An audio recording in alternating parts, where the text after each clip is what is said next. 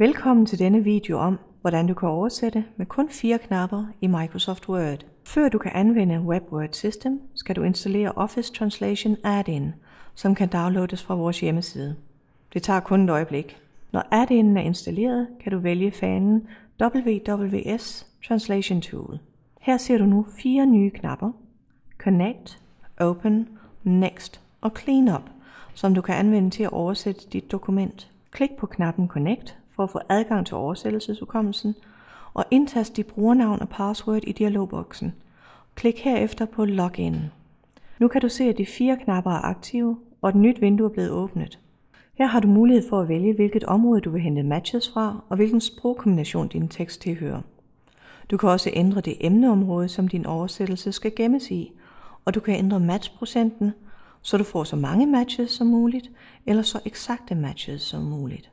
Når du skal i gang med at oversætte din tekst, skal du placere din markør i første sætning og klikke på knappen Åbn. Du får en advarsel om, at du skal huske at vælge det korrekte filter. Klik OK. Nu åbnes den første sætning, også kaldet segment. Det vil sige, at din kildetekst står i det turkise felt, og din oversættelse skal skrives i det gule felt. Når du er færdig, klikker du på knappen Next for at lukke det nuværende segment og åbne det næste. Indtast din oversættelse i det gule felt som ved forrige sætning og klik igen Next. Nu har du fået et fuzzy match på 91%. Det vil sige, at der er en lille forskel fra det forslag, som du får op i forhold til din kildesætning. I vinduet Matching Variants kan du se forskellen.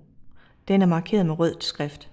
Flyt din markør hen til forskellen i din måltekst og ret oversættelsen. Herved får du en 100% match til kildesætningen, som gemmes i oversættelseshukommelsen. Klik igen på Next. Se, nu har du fået et 100% match. Det er markeret med et grønt målfelt for at gøre det mere brugervenligt. Læs eventuelt oversættelsen igennem og klik derefter på Next.